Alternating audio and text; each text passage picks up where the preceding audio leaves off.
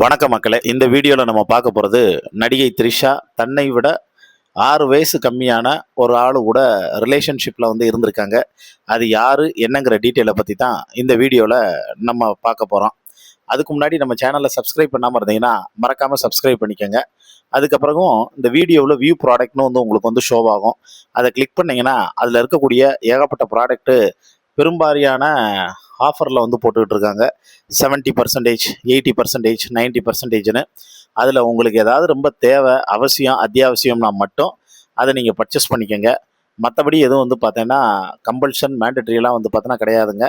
தேவைன்னா மட்டும் பண்ணிக்கோங்க, இல்லைன்னா இக்னோர் பண்ணிடுங்க. சரி, வாங்க வீடியோக்குள்ளே போகலாம். நடிகை த்ரிஷாவுக்கு இப்போ ஒரு 42 வயசு இருக்குங்க. தமிழ் சினிமாவில் ஒரு நடிகை ரொம்ப காலமாக ஹீரோயினாக இருக்கிறது த்ரிஷா மட்டும்தான். ஏன்னா அதுக்கு முன்னாடி சிம்ரன் இருந்தாங்க, அவங்க ஒரு 10 வருஷம் இருந்தாங்க.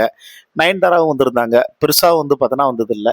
ஆனால் இப்போ வரைக்கும் எவர் கிரீனாக இருக்கிறது யார் அப்படின்னு பார்த்தா அது நடிகை த்ரிஷா தான். ஜோடி அப்படிங்கிற ஒரு படத்தில் ஒரு சாதாரண துணை கதாபாத்திரம், துணை கதாபாத்திரம் கூட சொல்ல முடியாது, ஒரு ஜூனியர் ஆர்டிஸ்ட், ஒரே ஒரு டைலாக் மட்டும்தான் வந்திருக்கும்.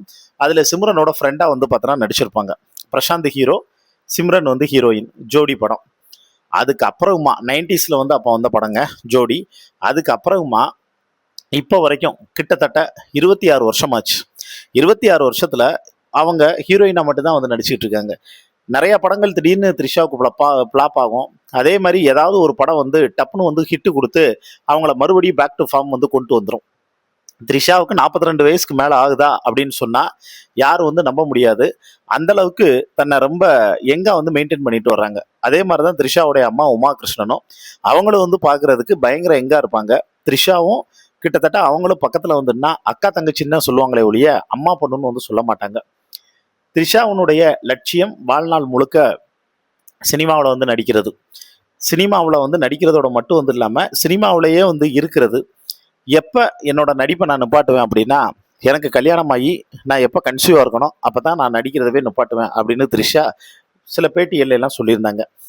அதுக்கு முன்னாடி த்ரிஷா சில பேட்டியெல்லாம் சொல்லும்போது உங்களோட ஆசை என்னன்னு கேட்குவேன், நான் சிஎம் ஆகணும், அதுதான் என்னோட ஆசை அப்படின்லாம் சொல்லியிருந்தாங்க.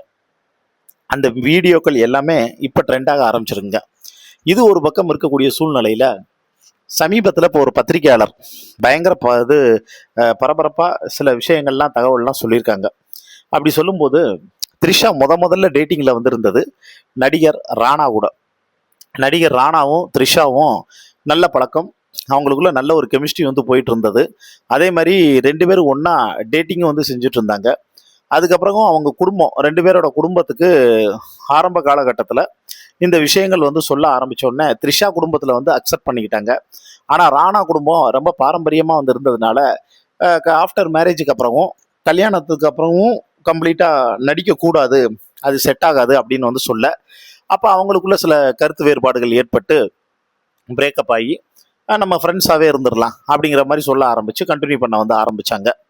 அப்படியே பார்த்தோன்னா போயிட்டு இருந்தது. அதுக்கப்புறம் த்ரிஷாவுக்கும் பிரபாஸ்க்கும் ஒரு கெமிஸ்ட்ரி போய் அவங்க கொஞ்ச நாள் பார்த்தோன்னா டேட்டிங் செஞ்சாங்க. அதுக்கப்புறம் அது செட் ஆகலை, அப்படியே போயிட்டு இருந்தது. சரி, என்னடா நம்ம இண்டஸ்ட்ரிக்குள்ளே இருக்கக்கூடிய நடிகர்கள் யார் கூடயுமே நமக்கு செட் ஆகலைன்னு த்ரிஷா பார்த்தோன்னா இருக்கும்போது தான் வீட்டில் அவங்க பேரண்ட் என்ன பண்ணுறாங்க, தொழிலதிபர் வருண் மணியன் அவர் கூட பார்த்தோன்னா பேச்சுவார்த்தை பண்ணுறாங்க. ஸோ த்ரிஷாவுக்கும் அவரை பிடிச்சி போகுது, அவருக்கும் த்ரிஷாவை பிடிச்சி போகுது. ஆனால் என்ன ஒன்றா, த்ரிஷாவை விட 6 வயசு கம்மியானவன் வருண் மணியன்.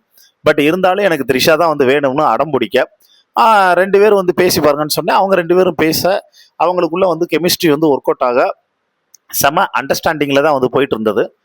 ஒவ்வொருத்தவங்களும் பார்த்தோன்னா புரிஞ்சுக்கிட்டு இமயமலைக்கெல்லாம் ஒன்றா போனாங்க, ட்ரிப்பு போக ஆரம்பித்தாங்க. சோஷியல் மீடியாவில் ஃபோட்டோஸ்லாம் வைரல் ஆச்சு.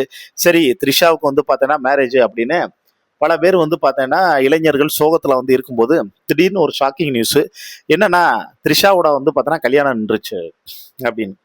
ஏன் த்ரிஷாவோட கல்யாணம் நின்றுச்சுன்னு பரபரப்பாக பேச ஆரம்பித்தப்ப அப்போ யாரும் ப்ராப்பராக பதில் சொல்ல. அதுக்கப்புறம் த்ரிஷாவே ஒரு இன்டர்வியூவில் சொல்லும்போது, இல்லைங்க எங்கே போனாலும் ஒரே பிரச்சனை, என்னென்னா நீ ஆஃப்டர் மேரேஜுக்கு அப்புறம் நடிக்கிறத நிப்பாட்டிடணும்னு எனக்கு அப்படி யாராவது சொன்னாங்கன்னா அவங்க கூட இருக்கக்கூடிய ரிலேஷன்ஷிப்பவே நான் நிப்பாட்டிடுவேன். அதனால தான் அந்த கல்யாணத்தை நிப்பாட்டினேன். நடிக்கிறது என்னோட உயிர், அதை தாண்டி எனக்கு வேறு எதுவும் தெரியாது. என் உடம்புல கடைசி மூச்சு இருக்கிறது வரைக்கும் நான் நடிச்சுக்கிட்டு தான் இருப்பேன். நான் சினிமாவை மட்டும்தான் எனக்கு தெரியும், சினிமாவில் ஏதாச்சும் ஒரு தொழில் பண்ணிக்கிட்டு தான் வந்திருப்பேன். நான் சினிமா விட்டு நான் எப்பயும் வந்து போக மாட்டேன். ஹீரோயினா சான்ஸ் கிடைக்காட்டினாலும் என்னுடைய கேரக்டருக்கு ஏற்றது மாதிரியான ரோல் வந்து வரும்போது அதை நான் தொடர்ந்து வந்து பார்த்தோன்னா நிச்சயமாக செஞ்சுக்கிட்டு தான் வந்திருப்பேன். அதுக்காக சினிமா விட்டு நான் கம்ப்ளீட்டாக வந்து ஒதுங்கிடுவேன் அப்படின்லாம் வந்து இல்லை அப்படின்னு வந்து சொல்ல.